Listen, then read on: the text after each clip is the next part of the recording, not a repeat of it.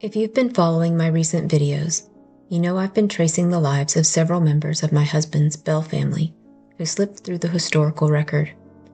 I've told the story of Joe Bell, who spent his final years as a ward of the county, and of his younger brother Sam, who vanished from view because of a numerator's 8-year error. Today, I'm turning to their nephew, Ben Q. Williams, another young man who disappeared without explanation, until one newspaper article finally revealed why. Eliza Emmeline Bell was my husband's second great-grandmother, Joe and Sam's older sister. Whenever she passed away, her obituary listed 11 children born to her and her husband, Sam Williams, beginning with the 3 that had preceded her in death. They were Lorenzo Dow, William Sherman, and Ben Q. Lorenzo and William never appear anywhere else in the records, but Ben Q had shown up in 2 census records. In 1900, the Sam Williams family was enumerated in Texas County, Missouri. By this time, Emmeline is recorded as having given birth to 8 children.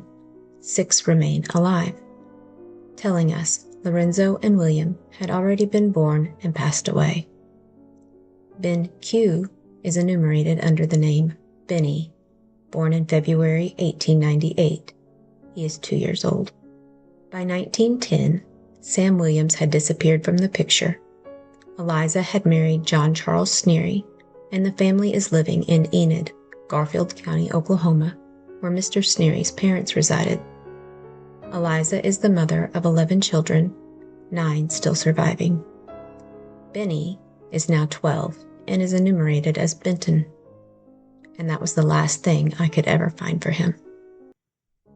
And then one day, I realized that newspapers.com had added several papers from the region where the family lived, and in one of those papers, the Miami Record from February 1920, I finally found the missing piece. Miss Eliza Sneary of Commerce was listed among the next of kin who would receive a memorial certificate in honor of a soldier who had died in service of World War I. The article reads, "French honors to be given kin of all war victims."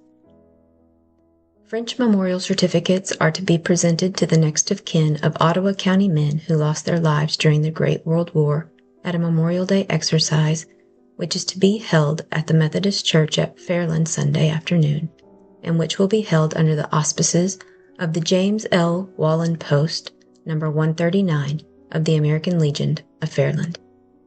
The exercises are to start promptly at 2:30 o'clock, and the fact that next Sunday is also Washington's birthday will lend further patriotism to the event.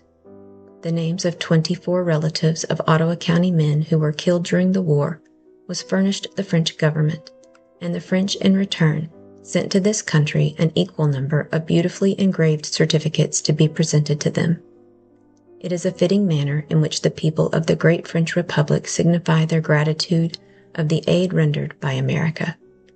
The services are to be public, and friends and relatives of the dead soldiers are urged to attend.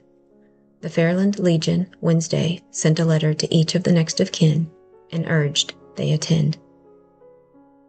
As stated earlier, Ben's mother was among those listed.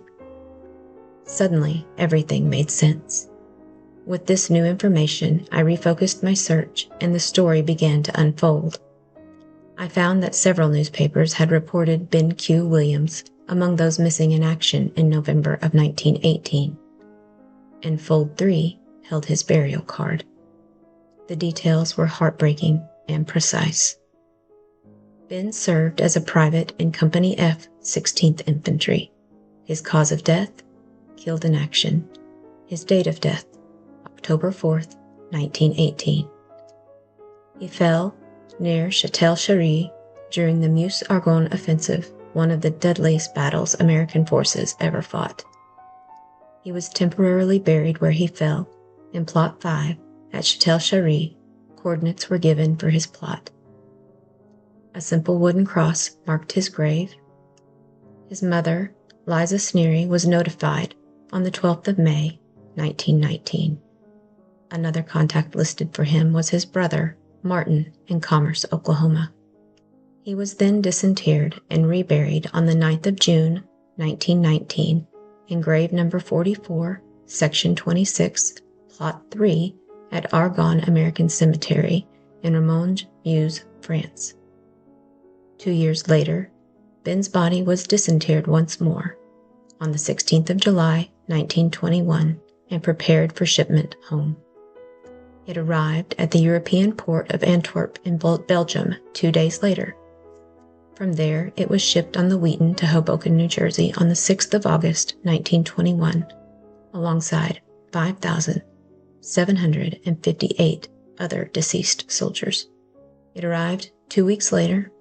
From there, it was shipped to Miami, Oklahoma on the 28th of September. It arrived home 4 days later, on the 2nd of October, 1921. An article from the Joplin Globe described the return of the soldiers' remains, a solemn reminder of the cost of war. Williams given military rights. Commerce, Oklahoma, October 3rd. Military funeral services for Private Ben Q. Williams were held at the Baptist Church Sunday, with the Reverend T.D. New officiating. Williams was killed in action overseas in October 1918. Burial was in the GAR Cemetery. My husband and I visited the GAR Cemetery on the Memorial Day following my discovery, expecting to find Ben's grave and honor his service by placing flags. But there was no stone, no listing, no record of him at all. A young man who served his country, who died in battle, who was carried across an ocean to be laid to rest, had no marker. So I gathered everything I had found and created a memorial for him on Find a Grave. And now it's my goal to ensure he receives a stone so that he is never forgotten again.